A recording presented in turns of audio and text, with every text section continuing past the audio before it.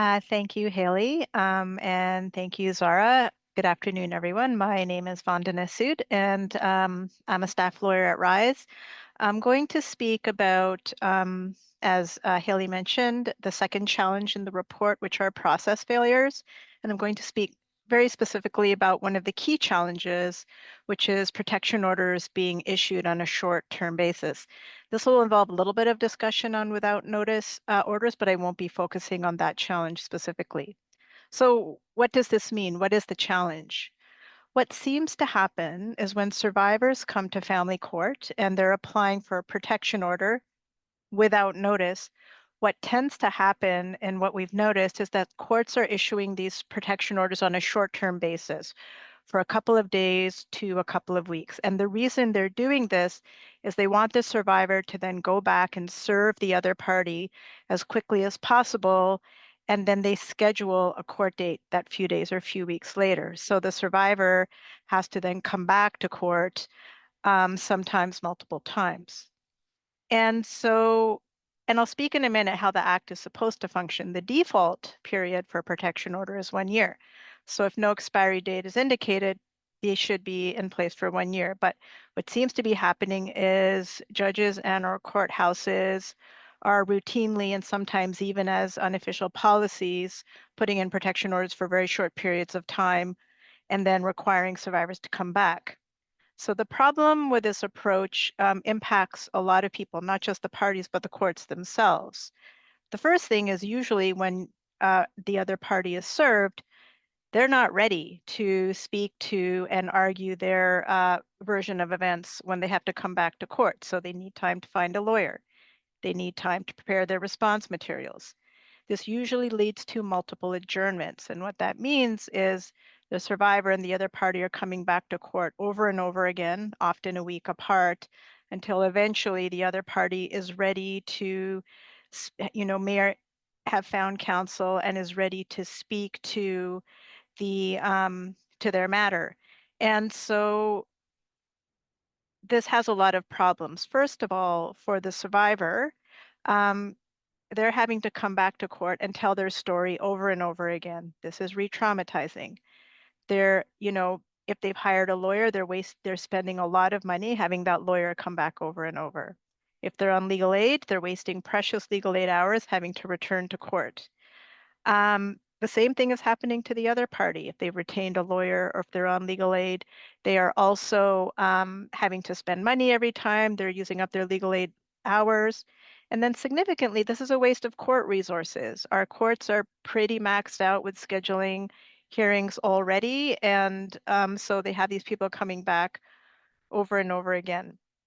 And then one of the main harms about this requires the survivor to physically be in the courthouse with the other party multiple times, which is the exact thing that the protection order is supposed to prevent. It's supposed to prevent them from harm.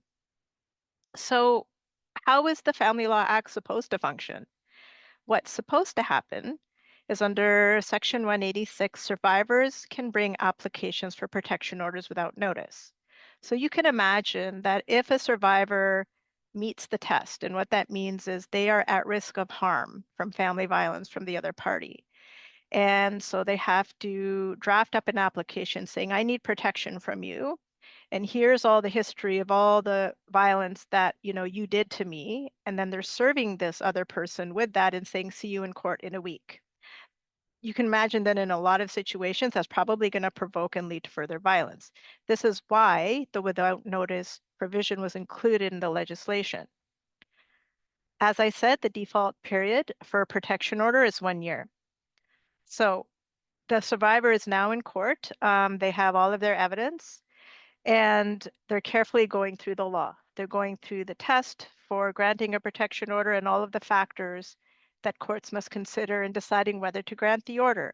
This includes things like the history of violence, whether it's repetitive, whether it's escalating, any vulnerable circumstances of the survivor, a whole host of factors. The judge then has the law and the evidence in front of them, and they're deciding, does this meet the test? If it does, they grant the protection order. And if the act was functioning as written, it would be in place for 1 year. So what does this mean for the other party? The survivor is now required by the court rules, both in Supreme and provincial court, to personally serve the other party with a protection order. Um, the court registries are able to serve the other party, and the province has funded private process servers to serve. So there are mechanisms in place to get this order to the other party as quickly as possible. So the other party now has the protection order. They know what the restrictions are. They will not be criminally charged with anything unless they breach any of those terms. So what are their options when they've received this protection order? Under that same without notice provision, they can apply to vary or set aside the protection order without needing to show what we call a change in circumstances. And what this means is it's almost like the original without notice hearing is continuing on a later date, and the court is now hearing the other party's version of events and deciding if the protection order stays in place or not. What this does is this allows the other party to come to court when they're ready, when they have their materials prepared, when they have counsel, and when they're ready to argue. So in Supreme Court, the standard times is the other party can apply on at least 8 business days notice. In provincial, it's at least 7 days notice. And what courts will often do in without notice protection orders is put in shorter notice periods so the other party can apply on 3 or 5 days notice. This regime gives the other party the flexibility to come back to court when they're ready. And if they want, they can come back to court as quickly as they are ready, perhaps 3 days after the protection order was granted.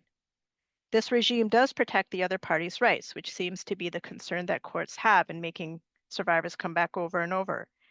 It so that no prejudice comes to them. They can come back when they're ready as quickly as they need when their materials are prepared. It prevents the survivor from having to re-argue their case over and over and repeatedly put them in unsafe situations in proximity to the other party, which is the harm that protection orders are supposed to prevent. So what is the harm that courts are trying to prevent by making these short-term orders? It's not really clear. If another party is not responding or not ready, the protection order will likely get extended and stay in place for longer anyways. If the other party is ready to respond, then the hearing date will get scheduled. These unofficial policies is not how the act was meant to function. It's harmful to survivors. It does not help other parties make their case when they are ready.